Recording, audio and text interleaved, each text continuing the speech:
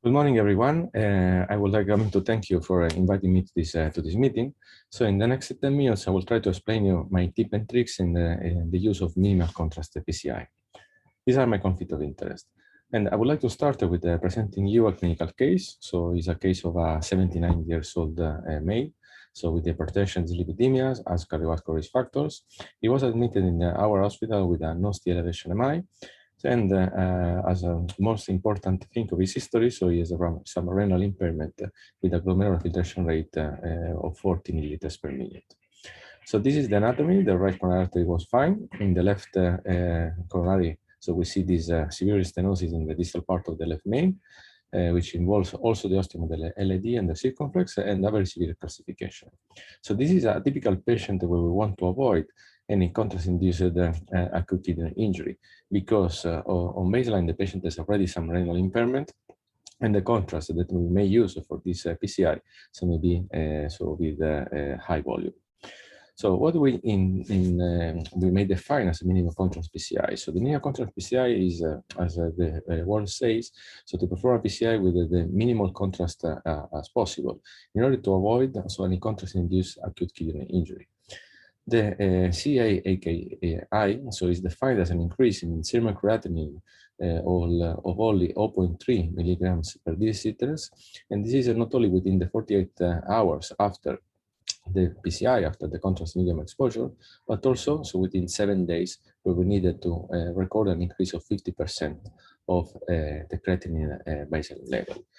So why is important, to avoid this acute kidney injury? So it is important because every time that we perform a PCI in a patient with or without any chronic kidney disease at baseline, so the patient may have increase of events. Here we see up to 21 months after the procedure, which is a very high level of 23% every time that we have a kidney disease of baseline, and then we induce some renal impairment after the administration of contrast. So that is the reason why. So we needed to avoid the baseline renal function of the patient. So to add any contrast associated injury at the level of the kidney.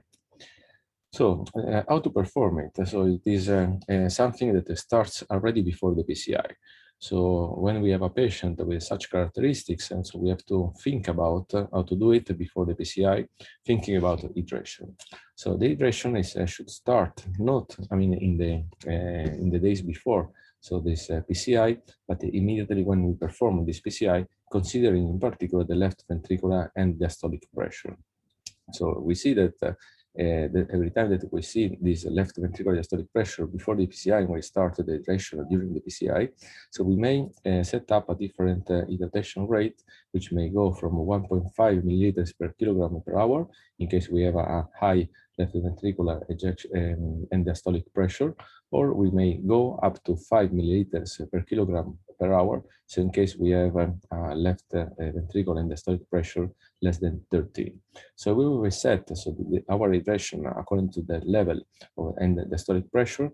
So, and we compare this with the normal control hydration, which is at the rate of 1 milliliters per kilogram per hour. So as you can see, so in this study, which was a randomized trial, so we may reduce the rate of MACE, death, MI, and also the dialysis of this patient. So that is the reason why. So I will start hydrating the patient setting not on the ejection fraction, but on this end-diastolic pressure. So once we start the hydration, so we have to specify in our mind a plan A, a plan B, so what we are going to do, how many wires we are using, so what we are doing, and then we have to specify the maximum contrast volume that we are going to use in order that we may ask our nurse, our colleague, so close to us, so how many contrasts we have already administered to the patient in order to know so how many so we still may administer to this patient. So generally speaking, every time that we have to think about the threshold, so we have to ask the glomerular filtration rate, and we have to do more or less the same. So in this patient, for example, we have 40 milliliters per milliliters. So the maximum contrast volume we may use is 40.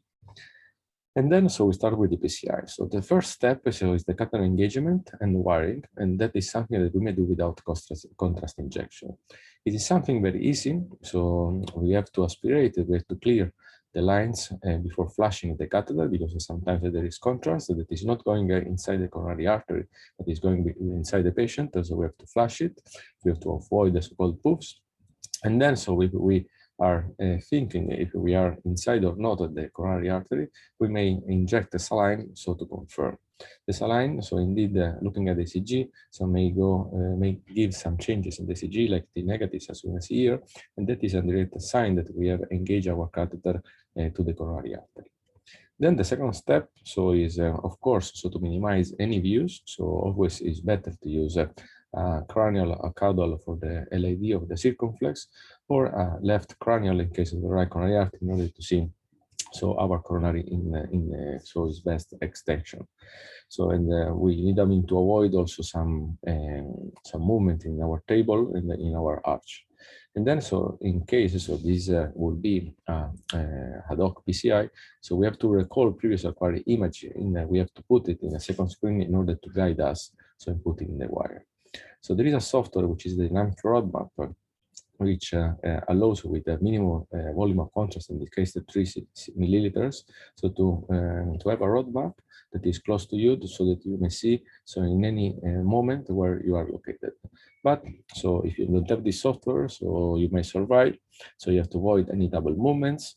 So in order to see, so the coronary as usually in the same position, so the patient should be in a comfortable sedation, because sometimes, so although you don't move the table, so the patient is moving around, so it may change you some landmarks. And then, so of course you cannot administrate contrast, so you have to use some anatomical landmarks, which should be also some coronary calcium at the level of the bifurcation, or for example the vertebral disc.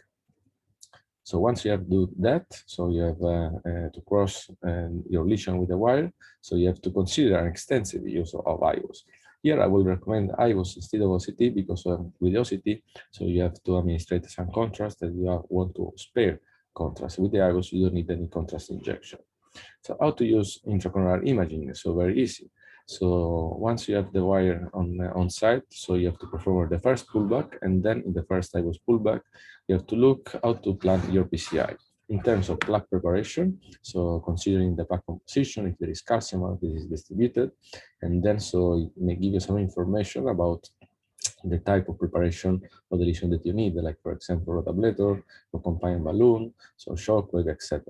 And then so you have to choose the stent size in terms of the meters and length, and we'll show you shortly how to do it. Then, so once you have done your PCI, so you have to perform again a PCI IVOS pullback in order to evaluate the result after PCI in terms of stent expansion, angiographical missing, stent malposition, or stent edge dissection. So how to do, for example, the IVOS plaque composition. So once you have seen, so if the plaque of the patient is one of these three, so you have to be more aggressive. So when you go for a calcified plaque preparation as compared to the soft plaque.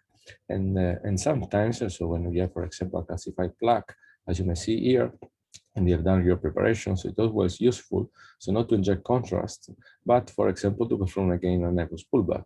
Here you see, for example, this calcified lesion in the proximal part of the LID. So, and we did no companion balloon preparation, and we have checked with the IVOS. So if you see some breaking, as you may see here, of the calcium. So that is a sign that your plaque has been properly prepared, and then so you may go with a stent. In case you don't see that breaking, so that means that you have to be more aggressive in your plaque preparation. So then, so once you have prepared the plaque, so you have to choose the correct stent size in terms of diameters and length. So every time that we do it, so we have to take into account 2 different points: the proximal, which is the C landmark, the distal landmark, which is A and C as the distal and the proximal landing zone, and then the minimum lumen area, which is in this case B, which is in the middle, but it doesn't need to be in the middle. So you have to set where to go with the stent. And if you measure the length between A and C, so you have your stent length. And then, so you have to do into these different landmarks. So the measurement of the external elastic membrane, and you have to choose your stent according to the distal part of the lesion, so the distal reference. Here it is important to consider that sometimes we're treating bifurcation. So that means that we have to deal with 3 different diameters. So that means that we have to choose the stent, of course, according to the distal landmarks, but we have to take into account that we need to expand the proximal part of the stent with a non-compliant balloon in order to reach the diameters of D1. So that is also an information that we may take from IVUS, and that is a very important, very valuable information, because in doing this, so we have to choose a stent, so not only in terms of length and diameters, but also in terms of range of expansion, because so if we choose, for example, an onyx of 2.25, so we cannot reach, for example, the meter of 3.5, because the maximal expansion according to the manufacturer is a 3.25. So that is something also to take into account. So when we made this measurement in the IVUS, so especially when we treat a bifurcation. So according to all this information, so we know how to prepare the lesion, so which kind of stent to implant. So we need to postulate a yes or no. And then, so why we have to use it? Because so we know that by using IVUS, we may reduce the target vessel failure of patients with renal impairment. And you see here that with only the use of angio, so we have a target vessel failure of 1 year of 10.7, and we may drastically reduce the 3.9, so comparable to patients without any renal impairment. So coming back to our clinical case, so you remember, so this was the anatomy. So we decided actually to do a minimal contrast PCI. So we form a baseline, in this case, injection, and then so we perform the IVUS. So in case of bifurcation, so we decided to perform 2 IVUS, so one from the LAD and one from the circumflex in order to evaluate both lesions. Here we may scroll very fast, so we may look at the distal left main. So here always is very useful also to have 2 wires. You see here on the 12, so another wire is coming from the circumflex. So it's very useful because it helps you to locate where the left main is located. So you don't need any contrast injection. So here we see a calcified plaque in the distal part of the left main, which involves, as also the angio show, the proximal part of the left main of the LAD. And then so we located the landing zone of our stent. So in the distal part, so also in the proximal part, and we select the stent. So here you see there is a huge difference between the proximal and the distal part, and there is a calcified lesion. Then, so we did the same from the circumflex, and from the circumflex, we may go to the distal part of the left main again, and then so we may locate, so here we see the distal part of the left main, and here we see the circumflex. Again, there is a huge calcification of 300 degrees, more or less, and we may select again the distal landing zone, so where there is a black hardening less than 50%, and the proximal part of the left main, so where we want to implant our stent. For this reason, in this specific case, so we decided to perform a non-compliant balloon dilatation either in the LAD or in the circumflex, and then to perform a tap technique. So which we thought, so it was the simpler technique, so in order to avoid any contrast injection. So you see the pre-dilatation with the non-compliant balloon, it was a 3.012. So this was done in the 2 vessel. So you see that the balloon was fine. We checked then, so with the IVUS, the pre-dilatation was appropriately.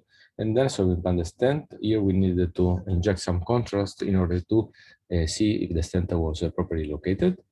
And then we implanted the stent. We performed the pot because the proximal part of the stent was bigger than the distal part. And then, so we went with the tap. In the tap, you don't need to inject contrast because you see where the proximal stent at the left main level so is located. So we needed to implant the stent in the ostium, producing a little bit in the left main, and then to perform a kissing balloon. And then, so we need to check here again. So we need to check from the LAD and from the circumflex. So just, I mean, to show you very quickly.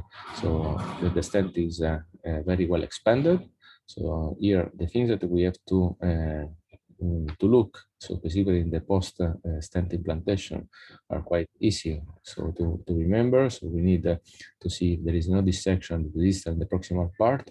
And the most important, so we need to have an expansion of the stent, the minimum stent error of at least 80% as compared to the reference distally and proximally.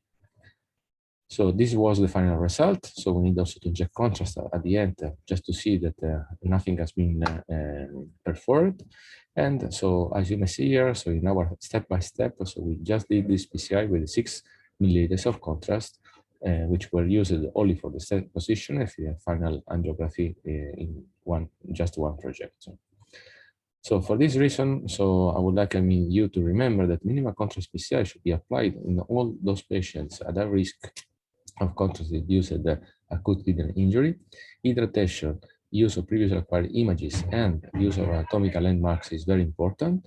So especially in case we have calcium, so this calcium should be used as an anatomical landmark in order to know where the lesion is located. And most important, so when you want to perform a PCI with minimal contrast is an extensive use of IGOS. So every time that you would like to inject contrast, please use IGOS. Thank you.